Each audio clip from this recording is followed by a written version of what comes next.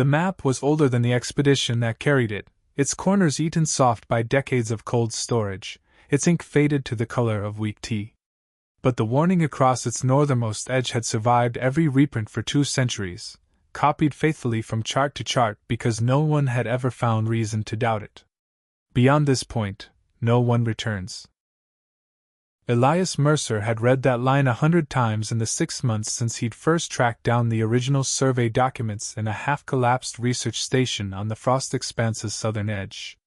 He'd read the follow-up reports too, 3 separate expeditions across 200 years, each better funded and better equipped than the last, each vanishing so completely that search parties found only abandoned tents, cold fire pits, and once, unnervingly, a journal whose final entry read only, "The lights are singing tonight." None of that had stopped him. If anything, it had sharpened the pull. Elias had built a career, such as it was, threadbare and self-funded these last few years, on rumors that respectable scholars dismissed as folklore.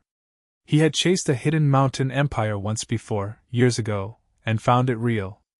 Every colleague who doubted him then now wrote him off as a man chasing lightning twice, certain the odds could not possibly favor him a second time. He didn't care about odds.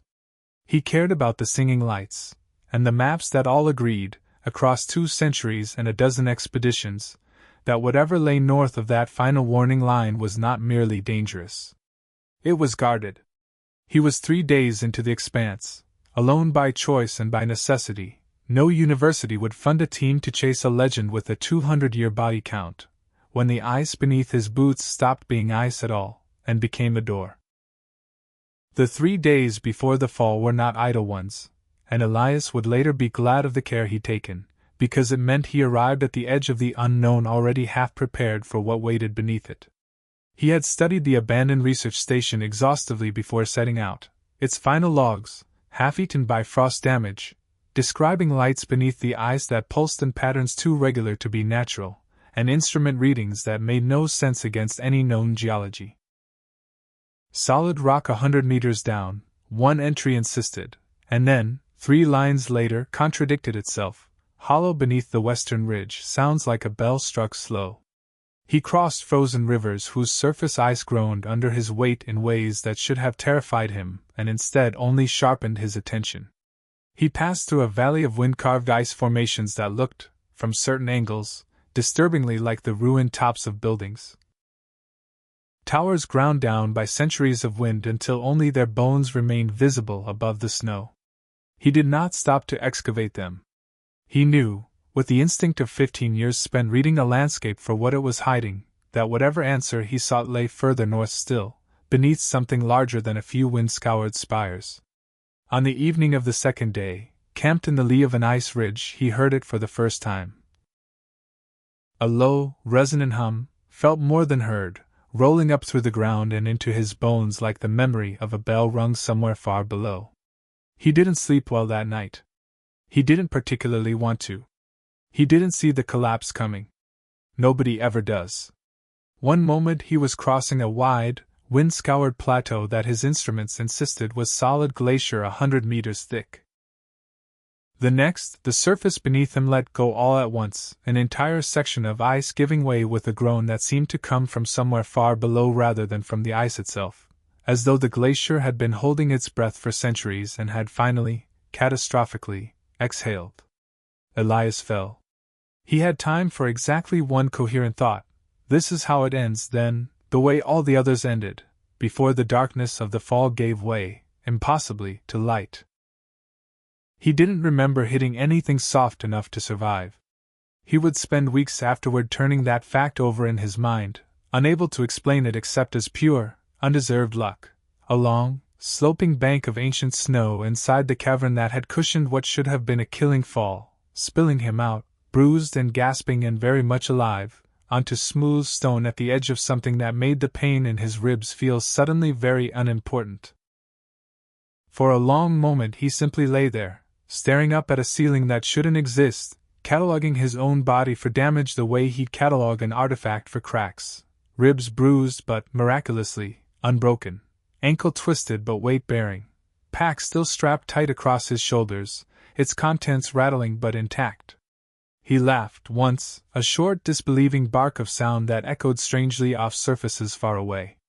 Then he made himself sit up and look. The cavern stretched away from him in every direction, vast enough that its far walls disappeared into a haze of pale blue light. Light that came, he realized slowly, from the ice itself, veins of it running through the cavern's ceiling like frozen rivers of captured sky, casting the whole hidden world in the color of a winter dawn. Beneath that impossible light stood a city. Towering palaces of white stone, their surfaces sheathed in crystal that had frozen mid-shimmer, catching the pale light and scattering it in slow, drifting prisms. Waterfalls hung suspended between towers, not frozen solid, but frozen mid-fall, water held motionless in great silver ribbons that seemed, if he watched too long, to almost shiver with the memory of movement. Streets paved in pale stone ran between the buildings, empty, silent, and perfectly preserved, market stalls still standing with faded awnings, doors left ajar as though their owners had simply stepped out for a moment 2,000 years ago and never returned to close them. It was not a ruin. Ruins crumbled. This was a city holding its breath. Elias got to his feet slowly, testing his weight on the twisted ankle, and began to walk, because standing still in the face of something like this felt like a kind of sacrilege. Every step brought new detail into focus, carved fox figures adorning rooftops, their tails swept back as though caught mid-motion, frost glass windows still holding, faintly, the shapes of curtains drawn against a morning that never came. A child's toy, carved from pale wood, left abandoned on a doorstep, its surface untouched by 2,000 years of dust because there had been no wind here, no rot, no time at all to do the touching. Someone left in a hurry, Elias murmured to the silence, and his own voice sounded obscenely loud in a place that hadn't heard speech in 2 millennia. Or they didn't leave at all. He walked for what felt like hours, though his watch, still running, absurdly, on batteries that should have long since given out in the cold, insisted it had only been 90 minutes. Time itself seemed to behave strangely down here, compressed and expanded in ways he couldn't quite account for, and he wondered, not for the first time, whether the cavern's strange light played tricks on more than just his eyes. The palace rose at the city's center, larger than any single building he'd explored in 15 years of fieldwork, its architecture a fusion of grandeur and intimacy, vast halls that could have held thousands, and beside them, smaller courtyards clearly built for a family's private use, complete with what had once been a garden, its frost-preserved flowers still holding the ghost of color beneath their crystalline shells. The palace doors, unlike the market stalls, were sealed. Great slabs of crystal-veined stone that took him the better part of an afternoon to force open using a lever improvised from a fallen support beam. Sweat froze on his brow in the effort. His shoulders screamed protest by the time the first slab groaned, inch by grinding inch, wide enough to slip through. Beyond it, the air changed. Warmer somehow, despite the cold outside, and carrying a low hum that matched the one he'd felt through the ground 2 nights before, now unmistakably close. The passage beyond the doors led down, and down, and down, a wide processional stair carved directly into bedrock, its walls lined with murals depicting a history Elias could only partially decipher, kings and queens rendered in careful profile, armies clashing beneath a crescent moon, and near the bottom of the stair, a recurring image that made the hair on his arms rise. A vast, shapeless form, rendered all in white and pale blue, looming over a landscape it seemed to be devouring rather than merely covering. The stair ended in a vault lit by the same soft blue glow as the cavern above, and there, in row upon row of crystal chambers arranged like a garden of frozen light, lay the city's people. They were humanoid, but not human. Tall, fine-boned figures with fox-like features, ears and tails visible even through the fur-lined robes they'd been sealed in, their faces peaceful in a way that struck Elias as unbearably sad once he understood what he was looking at. Not dead. He was almost certain, standing there with his breath fogging in air that shouldn't have been breathable, that they weren't dead. Each chamber pulsed faintly, in rhythm, like a heartbeat too slow for a human ear to easily register. He walked between the rows for a long time, reading names carved into the base of each chamber in a script he couldn't understand, imagining the lives interrupted mid-breath. A mother, her chamber positioned beside a smaller one clearly meant for a child. An old scholar, robes heavy with what might have been ceremonial rank, his expression caught in something like resigned calm rather than fear. Waiting for a day that never came, Elias thought, and the thought settled over him like the cold itself. Thousands of them. An entire kingdom asleep. He didn't know, yet, that he was about to wake one. It happened almost by accident, near the vault's deepest point, in a chamber set slightly apart from the others, ringed by ornamentation that even Elias's untrained eye recognized as royal. He'd been examining the nearest chamber's crystal casing, tracing the intricate root and frost patterns etched into its surface, when his numb fingers brushed against a seam he hadn't noticed, a crack, hairline thin, that his fall through the glacier's collapsing ceiling must have jarred loose somewhere in the stone above, sending a tremor down through 2,000 years of undisturbed silence to this one chamber alone. The crystal chamber's glow brightened. Elias stumbled back as light poured out from the seam, spreading across the casing's surface in branching, spiderweb lines, faster and faster, until the whole chamber blazed with a light too bright to look at directly. He heard something crack, not the stone, something deeper, something that felt less like breaking and more like waking. The chamber's crystal lid split down the center, and folded away like the petals of some enormous frozen flower.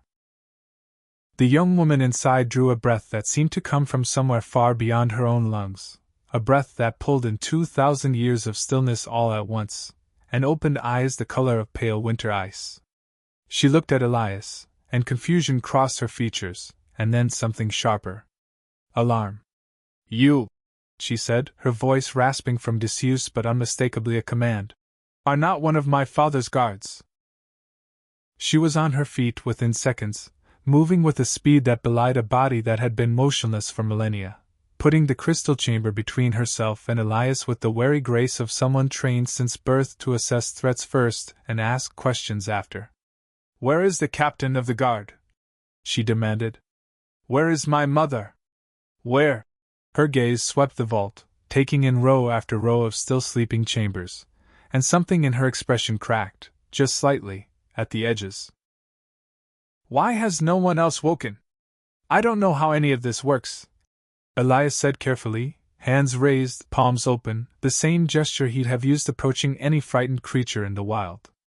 "I fell through the ice above this place 3 hours ago. I didn't mean to wake you. I don't even know how I did." "The ice?" Kaya repeated, and for the first time, uncertainty crept into her voice. "The ice does not reach this deep. The palace vault is 100 spans beneath the surface." She looked at him properly for the first time, really looked, taking in his strange clothing, his strange face, the strange device strapped to his wrist that his instruments had insisted, minutes before the fall, was measuring solid glacier above them. "What are you?" she said slowly. "You are not Vulpine. You are not." Her breath caught. "You cannot be human. My father's war ended the humans' incursion 3 days ago. There should be none of you left anywhere near the frost expanse." Elias felt something cold settle in his stomach that had nothing to do with the cavern's chill. "Your Highness," he said carefully, "how long do you believe you've been asleep?" "I have not been asleep," Kaya said, with the brittle patience of someone repeating an obvious fact to someone slow to understand it.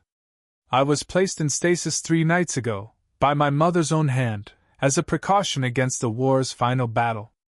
I am to be woken the moment the danger passes."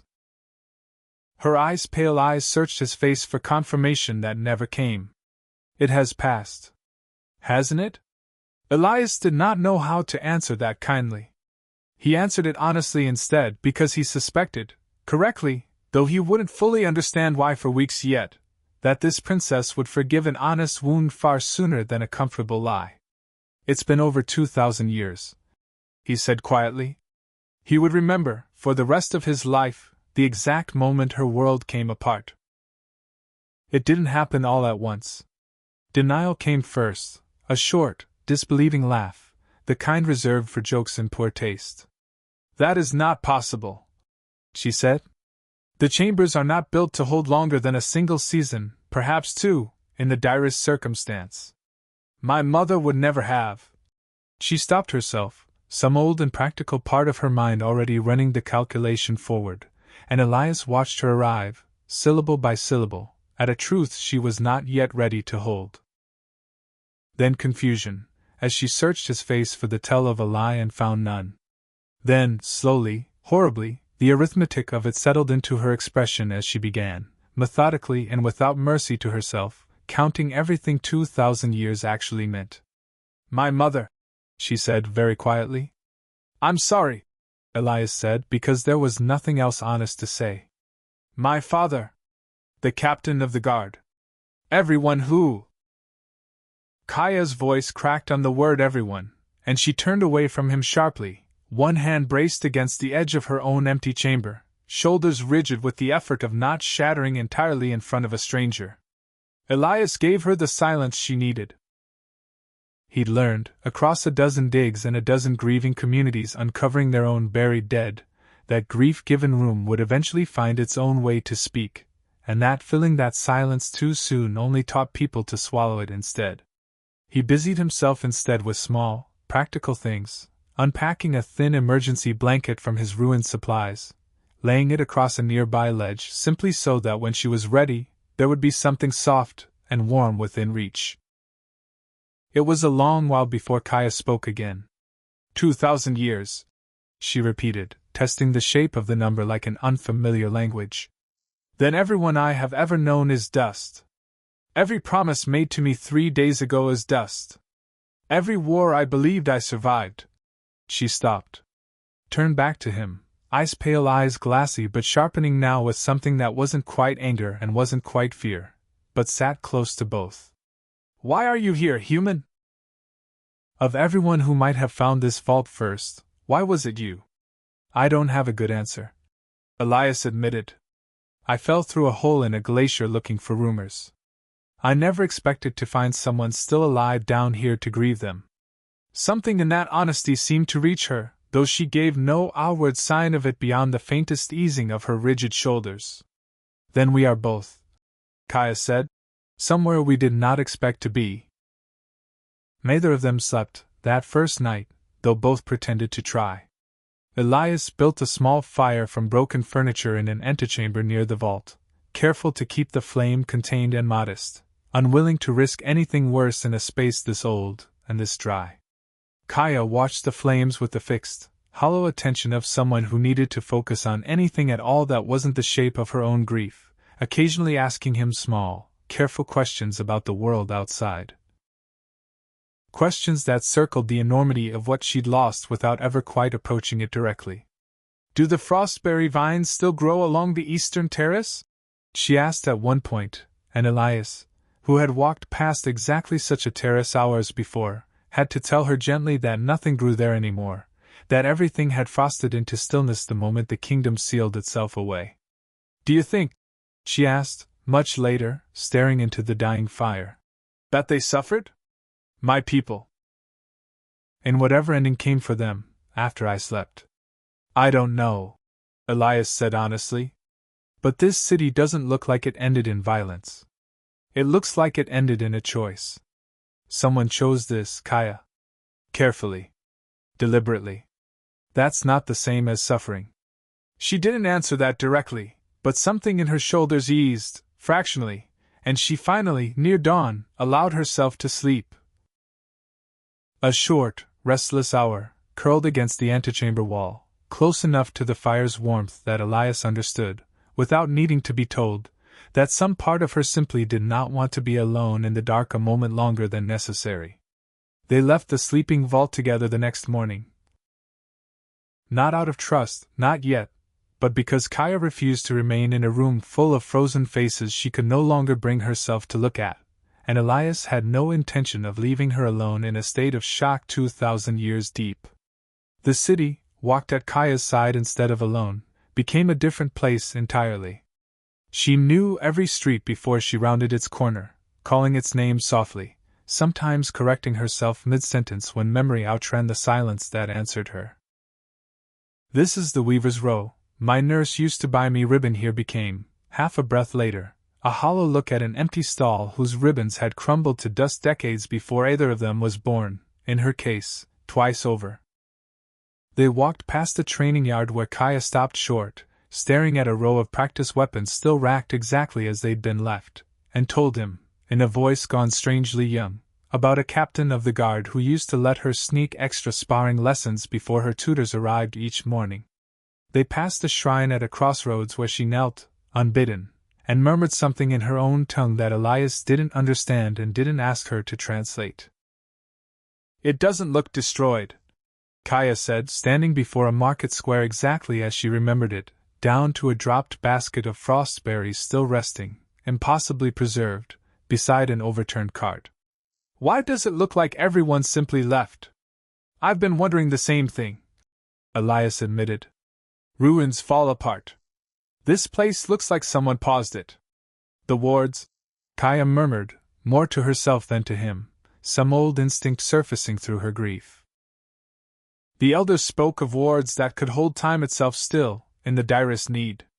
I always believed it was a story told to frighten children into obedience." She looked around the frozen square with new, wary eyes. "Perhaps it was not merely a story." The answer, when they found it, was not in the palace's grand halls but in a small, unassuming archive chamber Kaya led him to on the second day. A room she remembered from childhood lessons she'd resented at the time, taught by an elder scholar named Vesson whose name she still carried with visible tenderness. "He used to fall asleep mid-lecture," Kaya said, running her fingers along a shelf of scroll cases with careful reverence. "And then wake with a start, and insist he had simply been considering the material more deeply. I hated these lessons as a child. I would give anything now to sit through one more of them." The scrolls here were older than the sleeping vault itself, their script archaic even to Kaya's 2,000-year-old eyes, requiring her to sound out half the words like a child relearning her letters. They spent the better part of 3 days in that archive, Kaya translating slowly and haltingly while Elias catalogued and cross-referenced everything she read against the murals he'd seen on the descending stair, piecing together a picture either of them was prepared for. The Frost Kingdom had not fallen to the humans it had been at war with. It had never fallen at all. It had frozen itself, deliberately, catastrophically, sacrificing every convenience of an active civilization to seal something far older and far more dangerous beneath its own foundations, something the scrolls named only in careful, frightened script, the White Maw. "A creature," Kaya read slowly, translating aloud in a voice gone flat with dread, "capable of freezing entire lands beneath its breath alone. My ancestors did not build this kingdom to survive a war with your people, human." She looked up at him, ice-pale eyes wide. "They built it to stand guard over something that could end far more than one war, if it were ever allowed to wake." They noticed the tremors on the 4th day. Small at first. A faint shudder through the palace floor that Elias initially mistook for aftershock from his own fall through the glacier above. Then a distant groan, low and enormous, echoing up through the cavern's ancient stone from somewhere far beneath their feet, rattling loose scroll cases from shelves that hadn't shifted in 2,000 years. Then, unmistakably this time, a howl. It rolled through the frozen city like the memory of thunder, deep enough that Elias felt it in his chest before he consciously registered it as sound, and Kaya went utterly still beside him, every instinct in her 2,000-year-old bones recognizing what it meant before her waking mind had caught up. "The wards," she said very quietly. "They were meant to hold as long as the kingdom itself remained asleep, undisturbed, unbroken." Her ice-pale eyes met his, and for the first time since her waking, Elias saw real fear there, not for herself, but for something far larger. "I do not think I was meant to wake yet, human. I think, in waking me, you have begun loosening a seal 2,000 years in the making." Somewhere below them, ice cracked with a sound like a mountain breaking its own bones. That night, exploring a lower passage either of them had yet mapped, they found the first physical evidence of the seal's weakening, a crack running floor to ceiling through solid bedrock, wide enough to slip a hand into, its edges rimed with frost that hadn't been there, Kaya was certain, only 2 days before. Cold radiated from the crack in waves that had nothing to do with the cavern's ordinary chill. A bone-deep, hungry cold that made Elias's breath fog instantly and made even Kaya, born and raised in a kingdom of permanent winter, pull her robes tighter around herself. "Do not touch it," Kaya said sharply, when Elias leaned closer to examine the frost patterns. The old scrolls warn of exactly this. The maw's hunger reaches ahead of itself, through cracks like this one, long before the creature itself ever wakes fully. She drew him back by the sleeve, her grip firmer than strictly necessary. "I have already cost this kingdom enough, waking when I should not have. I will not lose you to carelessness on top of it." It was, Elias would realize only later, the first time she had spoken of him as someone worth protecting rather than merely tolerating, and the realization settled somewhere warm beneath the cold radiating from the crack behind them. There was no time left for careful, grieving exploration. "If the wards weaken with every hour I remain awake," Kaya said, already moving toward the sleeping vault with renewed urgency, "then the answer is not to put myself back to sleep. That would take decades to arrange even if I knew how, and would solve nothing while the creature stirs regardless. The answer is to wake the others. Enough hands, enough minds to renew what my ancestors built before it fails entirely." "How many is enough?" Elias asked, already falling into step behind her. "I do not know," Kaya admitted. "The scrolls speak of a circle of wardens, 12, chosen from among the kingdom's oldest bloodlines, whose combined strength first raised the seal. If any of the 12 still sleep intact, waking them may be enough to buy time, at least, while we search for a permanent solution."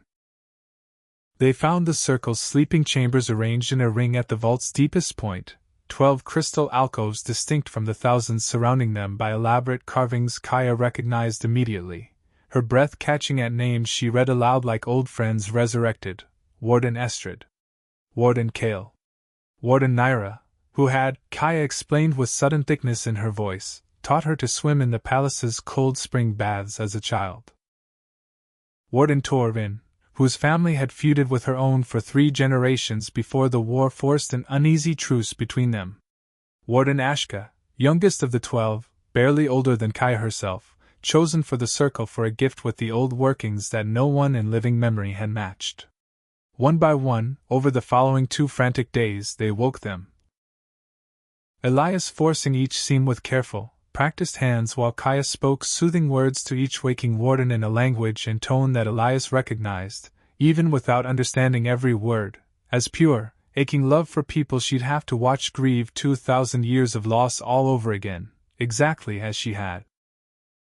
Naira woke gently, her pale eyes finding Kaya's face first, before anything else in the vault, and for a long moment the two of them simply held each other, saying nothing, while 2,000 years of unspoken grief passed silently between them.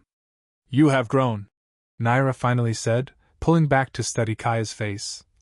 "And not grown at all at once." "How long, little one?" "Longer than either of us can properly hold in our minds at once," Kaya said. "I will tell you everything. But first, Naira, this is Elias. He fell through the ice above and woke me, entirely by accident, 3 days past." Naira's gaze moved to Elias, taking in his strange clothes, his strange face, without the flare of hostility Kaya had half expected. Instead, something almost like relief crossed her features. "A human," Naira said slowly. "Well, if the old stories hold any truth at all, perhaps that is exactly what this moment required." She reached out, unexpectedly, and took Elias's hand in both of hers. Cold from millennia of sleep, but steady. "Thank you, whoever you are, for not leaving her alone in that vault to wake to silence." It was, Elias thought, the warmest welcome he'd received from anyone in this kingdom yet, and it would not be the last kindness Naira showed him in the difficult weeks ahead. Not every warden woke gently. Warden Kale, oldest of the 12 by reputation if not appearance, rose from his chamber already reaching for a blade that had long since crumbled to rust beside him, eyes fixing on Elias with a hostility that needed no translation. "Human," he spat, the word carrying centuries of a war Elias had never fought, inherited nonetheless. "You dare walk this sacred vault?" "He is not the enemy, Warden," Kaya said sharply, stepping between them with an authority that silenced him more thoroughly than any blade could have. "He is the reason any of us woke at all, and the only reason we know the seal is failing before it was too late to matter. The humans destroyed our world once already," Kale said, though his rage had banked slightly at her tone. "I watched good soldiers die beneath their siege engines, Princess. I do not forgive that easily, prophecy or no prophecy. The war you remember ended 2,000 years ago, Warden," Kaya said, unflinching. "The humans who fought it are as much dust as everyone we have lost. Judge this one by what he has done, not by ghosts either of us can still hold accountable." Kale's jaw worked, old fury warring visibly with the plain evidence in front of him. A human who had, by any reasonable account, woken their princess gently, protected her through the shock of her grief, and now stood offering no weapon, no threat, only calm and steady patience in the face of a hatred he had every right to expect. "I will reserve judgment," Kale finally said, which was, Elias understood, as close to a concession as the old warrior was capable of offering on his first hour awake. By the 5th day, all 12 wardens stood woken, and the fractures in their number were as plain as the fractures spreading through the ice above. Some, like Warden Naira and young Warden Ashka, embraced Elias's presence with open, grieving gratitude, quietly aware that a kingdom in crisis could not afford the luxury of ancient grudges. Others, like Kale, tolerated him through gritted teeth and Kaya's direct authority alone. And a third faction, smaller, but vocal, led by the sharp-eyed Torvin, argued openly, in council sessions Elias was only barely permitted to attend, that no plan for renewing the seal should proceed until the human variable, as Torvin insisted on calling him, was removed from the equation entirely. The council chamber itself was a testament to what the kingdom had once been. A circular room beneath the palace's central dome, its walls lined with the crests of every noble house that had once sworn fealty to the crown, most of them now representing bloodlines with no living members left to claim them. It was here, night after night, that the fate of the renewal was argued over, sometimes late enough that Elias fell asleep waiting outside the chamber doors for a verdict that never quite arrived. "He fell through solid ice into a vault sealed for 2,000 years, Torvin argued on the council's third contentious session. "Explain to me, Princess, how that is coincidence rather than omen. I have already asked myself that question every night since I woke," Kaya said. "I do not have a comfortable answer, Warden Torvin. But I have watched this man risk his own safety pulling debris from Warden Estrad's collapsing chamber without being asked. I do not believe an omen behaves so consistently like a decent person." Torvin was not persuaded. But even he could not argue, as the tremors below grew steadily worse through the following week, that the kingdom had time left to spend on internal war while an older, far larger one stirred beneath their feet. Warden Estrad, oldest and frieliest of the 12, had woken weaker than the others. Her body, the healers who examined her murmured privately, simply older than the stasis working had been designed to hold indefinitely. Her strength already thin before the 2,000-year delay had stretched it further still. 3 days after her waking, a section of her chamber's supporting archway gave way without warning, sending stone and crystal debris crashing down exactly where she stood. Elias, closer than anyone else in the vault at that moment, didn't think. He simply moved, throwing himself between Estrad and the falling debris, taking a glancing blow to the shoulder that would leave a deep bruise for weeks, but kept her from being crushed entirely. Word of it spread through the newly woken kingdom faster than any formal announcement could have managed. It was, more than any speech Kaya could have given on his behalf, the single act that began turning the tide of quiet suspicion that had followed Elias through every terrace and corridor since his arrival. "You did not have to do that," Estrad told him afterward, her voice papery with age and exhaustion, her ancient eyes studying him with new and careful attention. "A human, risking injury for a Vulpine elder he has known only days. I wasn't thinking about which of us was which," Elias said simply. I was just thinking someone was about to get hurt, and I was close enough to stop it. Estrid said nothing further, but from that day on, she was among his staunchest defenders in every council session that followed, a small, frail voice that nonetheless carried weight far beyond her size. In the spaces between council sessions and desperate research, something quieter had begun growing between Elias and Kaya. Not sudden, not announced, but built the way trust is always built, in small, unglamorous moments either had planned. She taught him, one evening, the proper way to grieve in the Frost Kingdom's old custom, not through silence, as humans so often did, but through the telling of stories, loudly, joyfully, about the dead, until laughter and tears tangled together into something that felt less like an ending and more like a continuation. She told him about her mother's fierce, exacting love, about a father who had once smuggled her out of a diplomatic feast to go ice fishing at midnight simply because she looked bored, about a childhood friend, lost early to a border skirmish, whose memory she still carried carefully, deliberately, refusing to let 2,000 years of distance erase him from her heart. He told her, in turn, fragments of his own world. Cities that had risen and fallen in the 2,000 years she'd slept through, wars fought and ended, discoveries made that would have seemed like magic to her ancestors and seemed, now, achingly small against what she'd lost. He told her about his own losses too. A marriage that hadn't survived his obsession with rumors no one else believed, a family that had grown distant over 15 years of chasing something intangible, a loneliness he never quite named until he found himself, of all places, in a frozen vault, finally being truly seen by someone for the first time in years. You lost 15 years chasing rumors of a place no one believed existed, Kaya said to him once, quietly, in the pale blue hush of the palace archive. I lost 2,000 years and everyone I have ever loved, in the space of a single conversation. She looked at him, something raw and searching in her ice-pale eyes. How do either of us decide what to do with grief that large? I don't think you decide all at once, Elias said honestly. I think you just keep showing up for the next day, and the day after that, until the grief stops being the only thing you're carrying. Kaya said nothing to that, but her hand found his in the archive's cold quiet, and neither of them pulled away.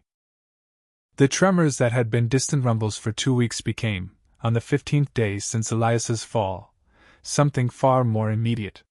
The howl that rolled through the frozen city that night was close enough that dust shivered loose from ceilings that had stood undisturbed for 2,000 years, close enough that every warden in the council chamber went silent at once, close enough that even Torvin's hostility gave way, for one unguarded moment, to naked fear. That was not distant, Warden Naira said quietly, into the ringing silence that followed.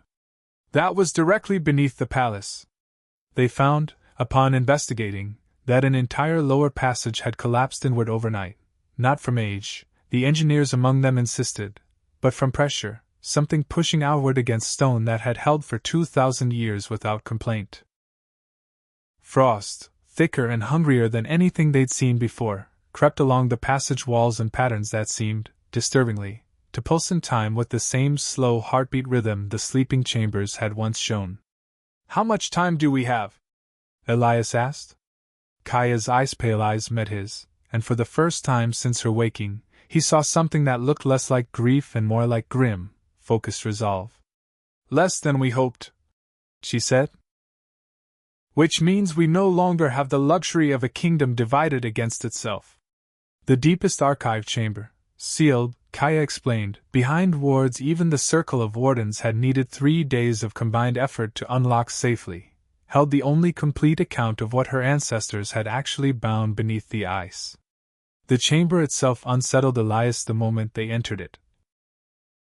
Colder than anywhere else in the vault, its walls carved not with the graceful root and frost patterns found everywhere else in the kingdom, but with jagged, angular warnings in a script even Kaya struggled to parse, clearly written by scribes working in haste, or fear, or both. The White Maw, the oldest scrolls named it, though the name itself was a translation of something far older and stranger in the kingdom's earliest tongue. Closer, Kaya admitted, to a phrase that meant the hunger that ends warmth. It had not been born beneath the frost expanse. It had come from somewhere the scrolls refused to name directly, arriving in an age before even the earliest Vulpine settlements, freezing everything in its path with a hunger that seemed to have no bottom and no end. My ancestors did not defeat it. Kaya read slowly, translating the oldest passage with visible difficulty. They could not. No army, no magic, no combined strength of every Vulpine kingdom that then existed was enough to destroy it outright. She looked up, ice-pale eyes haunted. The best they could manage, the very best, was to bind it in sleep, using a working so costly that it required the sacrifice of an entire kingdom's active life to maintain. That is why we froze ourselves human. Not merely to survive a war with your people. To become the wall that kept something far worse from ever waking again. And now that wall has a crack in it, Elias said quietly. Because I fell through a glacier. Because the wall was already weakening, Kaya corrected gently. Long before you arrived, exactly as Warden Naira suspected. You did not break the seal, Elias. You simply arrived at the moment it could no longer bear its own weight alone. Later scrolls, painstakingly translated over the following days with the combined effort of Kaya, Naira, and a reluctant but genuinely gifted Torvin, painted a fuller picture of the Maw's original arrival, an age, the accounts claimed, when a dozen Vulpine kingdoms had stood scattered across the northern reaches, each proud, each independent, each utterly unprepared for a hunger that swallowed warmth itself. 3 kingdoms fell before the survivors understood what they faced. A 4th fell mid-battle, its armies frozen where they stood, preserved for centuries afterward as a grim monument to the cost of underestimating what they fought. It was only when the remaining kingdoms set aside their old rivalries that, the scrolls noted pointedly, had raged for generations before the Maw's arrival forced unity upon them, that any hope of containment became possible at all. There is a lesson in that, I think, Kaya said quietly, reading the account late one night with Elias at her side. My ancestors could not defeat this thing divided. They barely managed to contain it united. She looked at him. And now I find myself trying to hold a circle of wardens together who have not yet learned to trust one another again, let alone trust the humans standing beside their princess. Then maybe that's the actual trial, Elias said. Not the working itself. Whether this kingdom can remember how to be united before it's asked to be strong. The scrolls held one hope, buried deep in the oldest passages Kaya had yet managed to translate. The original binding had not been permanent by design, but renewable, meant to be strengthened, generation after generation, by successive circles of wardens taking up the working before the previous circle's strength faded entirely. That is why the kingdom froze itself in cycles, not once and forever. Kaya realized, working through the passage with growing, cautious hope. Every few centuries, a new circle should have woken, renewed the binding, and returned to sleep before their own strength gave out. It was never meant to be one working, held forever by one exhausted generation. So what happened? Elias asked. Why didn't the next circle wake on schedule? Kaya's expression darkened as she found the answer, several scrolls later, in a hurried, almost panicked script that stood in stark contrast to the careful formality of everything around it. The war, she said quietly. The war with your people, that I believed had ended 3 days before I woke. It came at precisely the moment the next renewal cycle was due. My mother chose to delay the waking, to protect the sleeping circles from a battlefield she feared would reach even this deep. She believed she was buying time. Kaya's voice grew hollow. She could not have known the delay would stretch 2,000 years, because there was no one left awake to notice the years passing at all. Can we do the renewal now? Elias asked. With the 12 wardens we've already woken? I do not know, Kaya admitted. The working was never meant to be performed by wardens 2,000 years removed from their own training, half grieving, half doubting one another's trust. Her eyes met his, steady despite the fear beneath them. But I do know we no longer have the luxury of waiting for a better circumstance to attempt it. Young Warden Ashka, gifted with the old workings beyond anyone else in living memory, or dead memory, for that matter, raised the concern no one else had wanted to voice aloud. The renewal was never designed to be attempted by a partial circle acting alone, without the wider kingdom's support behind it, Ashka said during one of the increasingly urgent council sessions. 12 wardens alone, however skilled, drawing on a working meant to be anchored by an entire awakened populace's shared will. It may not simply fail quietly. If it fails, it may fail violently, and take some of us with it. Then what would you have us do instead? Torvin demanded. Wait for the maw to break free entirely while we debate a safer alternative that does not exist. I would have us wake more than 12, Ashka said. Enough of the wider kingdom to lend the working real weight, real anchor, the way it was always meant to be performed. Not the whole city, that would take longer than we have. But enough. A few hundred, perhaps, chosen carefully, willing to lend their strength to the attempt. It was a bold proposal, and a divisive one, and it took 2 more days of increasingly desperate argument before the circle, worn down by tremors growing steadily worse with each passing hour, finally agreed to attempt it. Getting all 12 wardens to agree to the wider waking took every ounce of authority Kaya possessed, and more besides, authority she had to build in real time, in a kingdom 2,000 years removed from ever having tested her right to lead it. It was, in the end, not Kaya's royal blood alone that turned the tide, but Elias's steady, unglamorous presence throughout the debate. Carrying supplies for Warden Estrid without complaint, standing silent guard outside Warden Naira's chamber through a night of grief neither Kaya nor the other wardens had the strength left to sit through themselves, offering, again and again, the simple decency of showing up without asking anything in return, and not least, the memory of a human throwing himself between falling debris and an elder he barely knew. It was Warden Kale, of all people, who finally broke the stalemate. I have hated your kind for 2,000 years I did not know I was sleeping through, he said to Elias directly in front of the full council. I find I have run out of hatred to spend on a man who has done nothing these past 3 weeks but earn trust one did not want to give him. He turned to Kaya. I will stand in the circle, princess. Not because I have forgiven what your human represents. Because I have watched what he actually is, and it is not what the old stories warn me to fear. One by one, the remaining wardens gave their assent, even Torvin, grudgingly, unwilling to be the single voice standing between his kingdom and its only remaining hope. The next 4 days passed in a blur of careful, exhausting labor, Elias and every waking warden working in shifts around the clock, forcing seams, easing panicked awakenings, explaining, again and again, the same devastating truth to person after person. It has been 2,000 years. Some woke calmly, their training as soldiers or scholars or healers steadying them faster than grief could overwhelm. Others woke screaming, or weeping, or simply silent in a way that frightened Elias more than either. He found himself, more than once, sitting with a stranger through their worst hour, offering nothing but presents, because there was nothing else honest to offer. Not everyone welcomed him. A soldier named Baron, woken on the 3rd day, spent his first hour of consciousness in a rage so complete that 4 other wardens had to restrain him from attacking Elias outright, screaming accusations 2,000 years stale but no less raw for their age.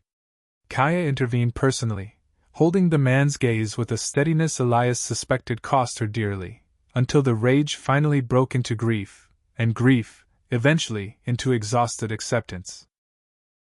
By the 4th day, nearly 300 Vulpines stood woken and gathered in the palace's great hall, soldiers, scholars, healers, craftspeople, a cross-section of a kingdom torn violently out of one moment and dropped into another, 2,000 years removed. It was, Elias thought, both the most hopeful and the most fragile gathering he had ever witnessed. The renewal chamber, deep beneath the vault, had to be prepared with a care that consumed the better part of a full day.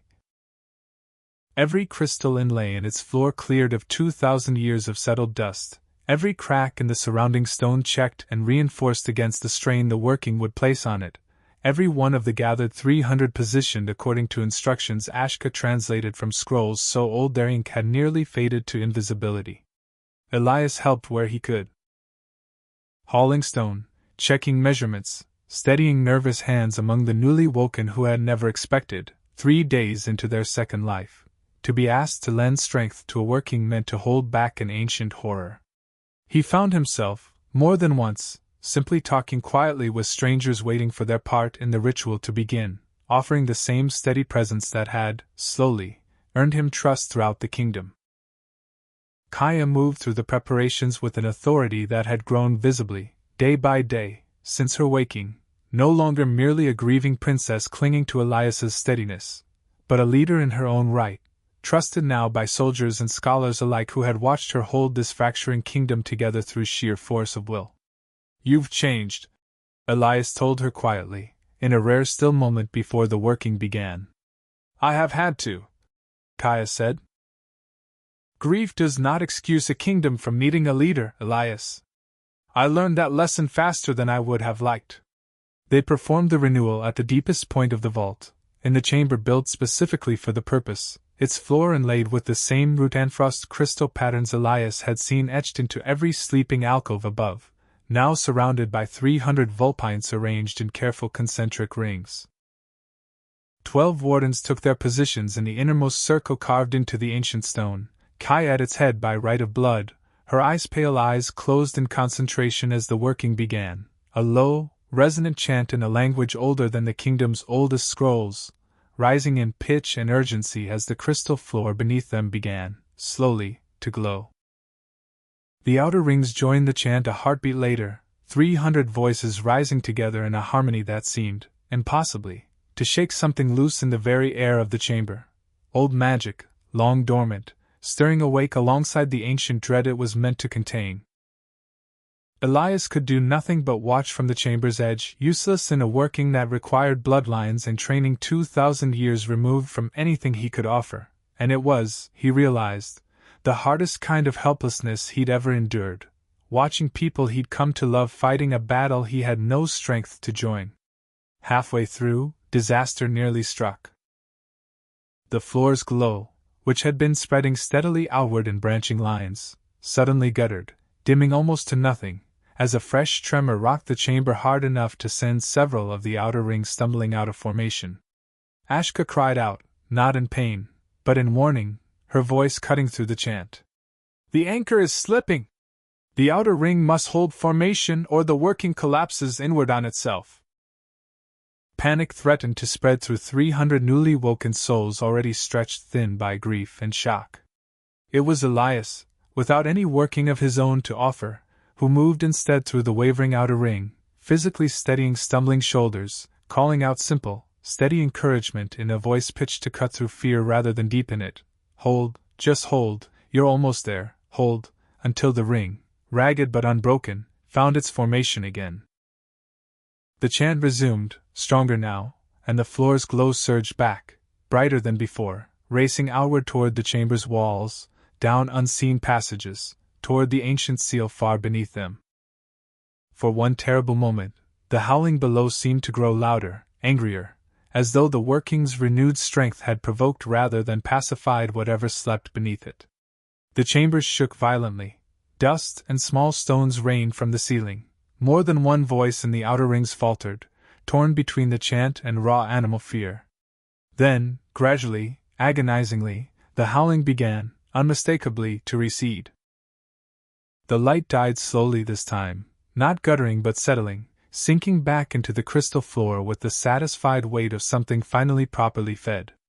The chant faded into ragged, exhausted silence, 300 voices falling still one by one until only the sound of 300 people breathing hard filled the chamber. It had worked. The working succeeded, but not without cost. Warden Estrid, oldest and frailest of the 12, collapsed the moment the chant ended, her strength spent entirely in the effort, and though she lived, the healers who examined her afterward warned that she would not wake again for a very long time, if ever. 2 of the outer ring, a young scholar and an older craftsman, either trained for a working of this magnitude, had to be carried from the chamber, their strength utterly drained, though both, mercifully, would recover with rest. Kaya herself swayed on her feet the instant the working released her, catching herself against the chamber wall, exhaustion etched into every line of her face.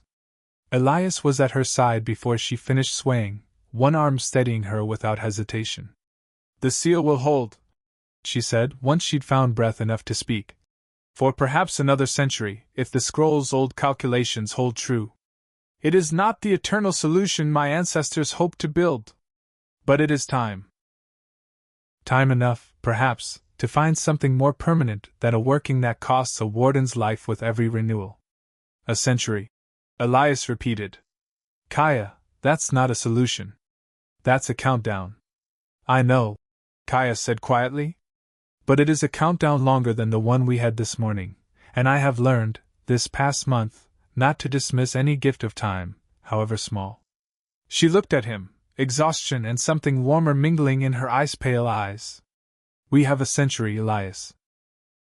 That is more than enough time to decide what comes next, together, if you are willing." Word of the renewal's success spread through the vault's remaining sleeping chambers, not through any grand announcement, but through the simple, steady work of the following weeks.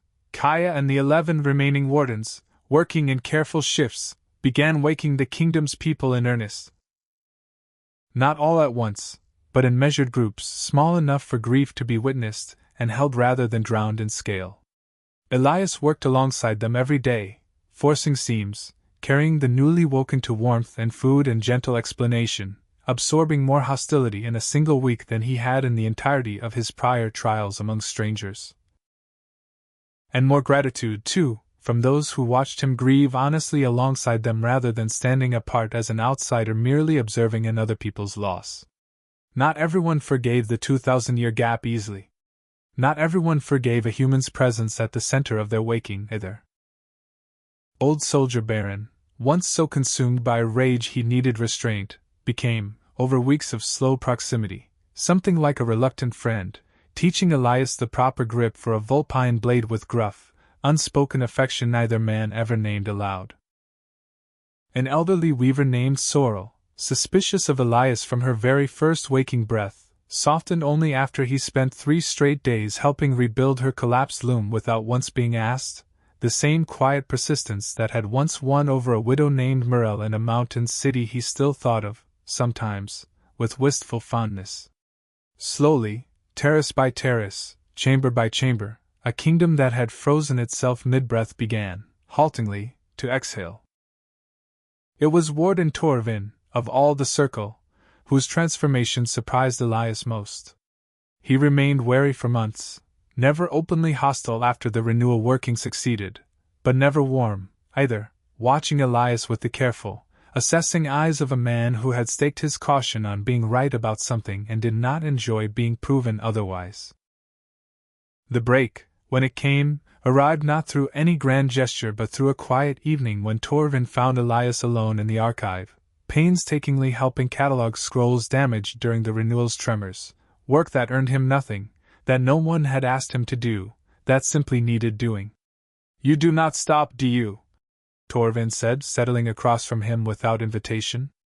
"Earning trust you have already been granted 100 times over." "Old habit," Elias admitted.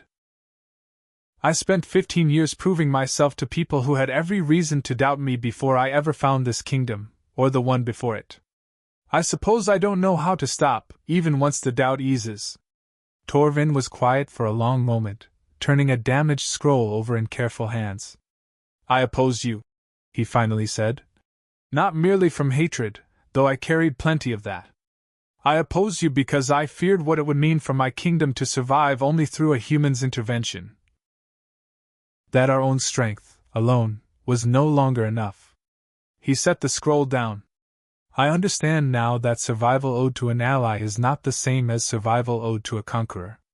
I am sorry it took me this long to see the difference.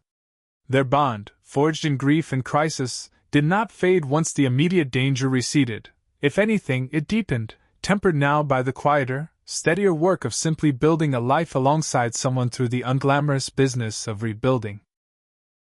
They spent long evenings on the palace terrace overlooking the slowly reawakening city, its market stalls beginning, cautiously, to open again after 2,000 years of silence, its streets filling, gradually, with voices that had been silent for 2 millennia. Kaya taught him more of her people's customs. How to properly honor the dead through story rather than silence, how to read the subtle language of a Vulpine tale's movement, how to prepare frostberry tea the way her mother once had, a recipe she'd feared lost forever until the memory of it surfaced, unbidden, in her own hands one quiet afternoon. I used to think, Kaya told him, one such evening, that humans were the reason my world ended. And now I think a human is the reason it did not end entirely, she said. I do not know what that makes us, Elias, a kingdom that owes its survival to the very people it once warred against. But I find I do not much care what the old stories would have made of it. I only care what we choose to make of it now. He took her hand, there on the terrace, in the pale blue light of a city learning to breathe again. Then let's choose something worth 2,000 years of waiting for, he said. Neither of them needed the word love spoken aloud. It had been building, unhurried and unmistakable, through every crisis they'd survived together, and it settled now, in the quiet of a waking kingdom, like something that had always been inevitable, however unlikely its beginning. Word of the Frost Kingdom's survival could not, in the end, remain hidden forever. Not one satellite imagery, drawn by the same anomalous readings that had first led Elias north, began to attract the attention of governments and corporations far less patient than he had been. The first survey team arrived nearly a year after Elias's fall, cautious and heavily equipped, drawn by readings their instruments could not explain. But this time, the kingdom did not face that attention divided and unprepared. Kaya, backed by a circle of wardens who had come, however grudgingly, to trust the humans standing beside her, met the survey team not with hidden panic, but with careful, deliberate diplomacy, Elias serving as translator, advocate, and living proof that first contact, handled with patience rather than greed, need not end the way the old scrolls had once feared. There were tense weeks, certainly. A mining consortium's lawyers arguing jurisdiction over territory no treaty had ever accounted for, a handful of government officials pushing for immediate, invasive study of a civilization that deserved, Elias argued fiercely on every call and in every meeting, the same sovereignty any surface nation would demand for itself. It would take years, not months, to build the framework that let the Frost Kingdom exist safely alongside the modern world it had slept through. Treaties, protections, the slow education of a species who had believed themselves the only intelligent life to have ever walked the expanse. But it began, that first meeting, with something the ancient scrolls had never quite dared to hope for, understanding, chosen deliberately instead of war stumbled into by default. The seal held, as promised, its renewed strength buying the kingdom a century of uneasy peace. Long enough, Kaya and Elias both hoped, to find something more permanent than a working that cost the warden's life with every renewal. Scholars from both worlds, Vulpine archivists working alongside human researchers Elias personally vetted for patience and respect above all else. Began, in the years that followed, a slow, careful search for exactly such a permanent solution, poring over scrolls and modern science alike in search of a binding that would not require sacrifice with every generation's renewal. But in the deepest chamber of the vault, where the ancient stone door had once cracked open only a fraction before the renewal sealed it tighter again, something patient and old continued, quietly, to wait. It had waited far longer than a century before. It could wait a century more. And somewhere in the wider Vulpine world, in a hidden city beneath a mountain range, in kingdoms not yet found beneath other ice, other stone, other forgotten places the old maps still warned against, other seals, older still, held their own patient watch over other things the world had never been told to fear. They were married a year and a half after Elias's fall, on the same terrace where they had first spoken of choosing something worth 2,000 years of waiting for, beneath the pale blue glow of a cavern ceiling that had, once, seemed only cold and strange, and now felt, to Elias, entirely like home.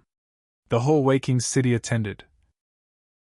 Soldiers and scholars, weavers and healers, the entire circle of wardens standing witness, Torvin among them with an expression that might almost have been called warm. Old Baron gave a gruff, unpolished toast that made half the gathering laugh and the other half weep.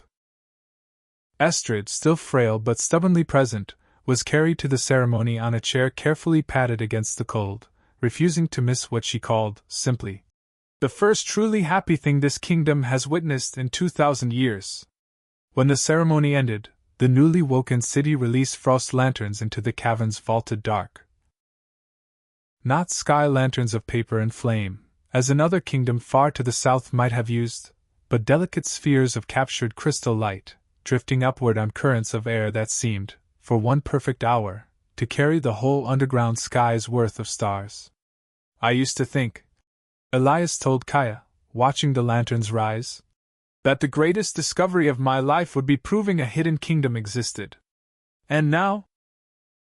Kaya asked, echoing, deliberately, words that had passed between them so many times already. Now I think the greatest discovery of my life, he said, was finding out I was wrong about what I was looking for. The Frost Kingdom had woken believing itself alone in its ancient duty, a single fortress standing guard over a single ancient horror, isolated by 2,000 years of ice and silence from anything resembling kinship or understanding.